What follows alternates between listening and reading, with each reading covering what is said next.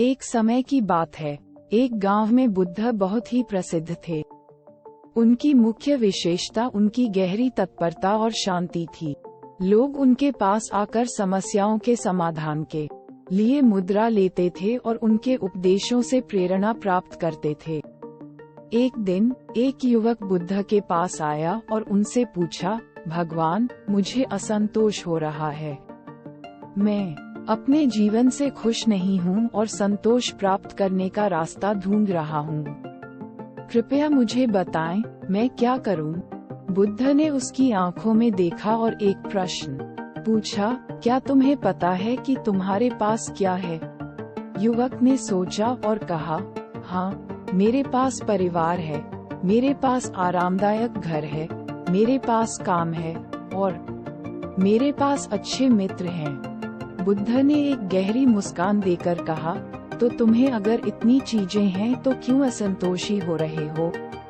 युवक ने सोचा और फिर जवाब दिया, मुझे लगता है कि यह सब चीजें मेरे लिए काफी नहीं हैं। मैं और अधिक प्राप्त करना चाहता हूँ। बुद्ध ने युवक के पास आकर बैठ गए और एक कठिन पत्थर उठाया। उन्होंने कहा, इस पत्थर को तुम अगले एक सप्ताह में अपने सभी आवश्यक सामग्री से भरकर मेरे पास लाओ। युवक हैरान हो गया, लेकिन उसने मान लिया। अगले सप्ताह में वह पत्थर अपने सभी आवश्यक चीजों से भरकर लाया। बुद्ध ने उसकी आंखों में देखा और कहा, देखो, तुम्हारे पास सब कुछ है, लेकिन तुमने अपने खुद को स्थिर नहीं रखा है। तुमने चाहा कि जिंदगी के अन्य वार्तालाप तुम्हारे आधार पर चले जाएं, लेकिन जब तुम्हारा आधार ही अस्थिर होता है, तो तुम्हारे संगठन भी अस्थिर हो जाता है।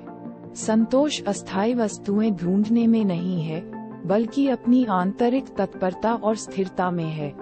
युवक ने गहरे विचार किए और उसे समझ गया कि संतोष और आंतरिक शांति उसी के भीतर होती है।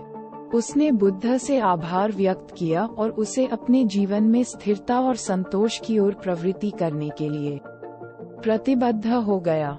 इस कहानी से हमें ये सीख मिलती है कि असंतोष और चाह की खोज करने के बजाय हमें अपनी आंतरिक स्थिति में परिवर्तन लाने और संतोष की खोज करने पर ध्यान केंद्रित करना चाहिए।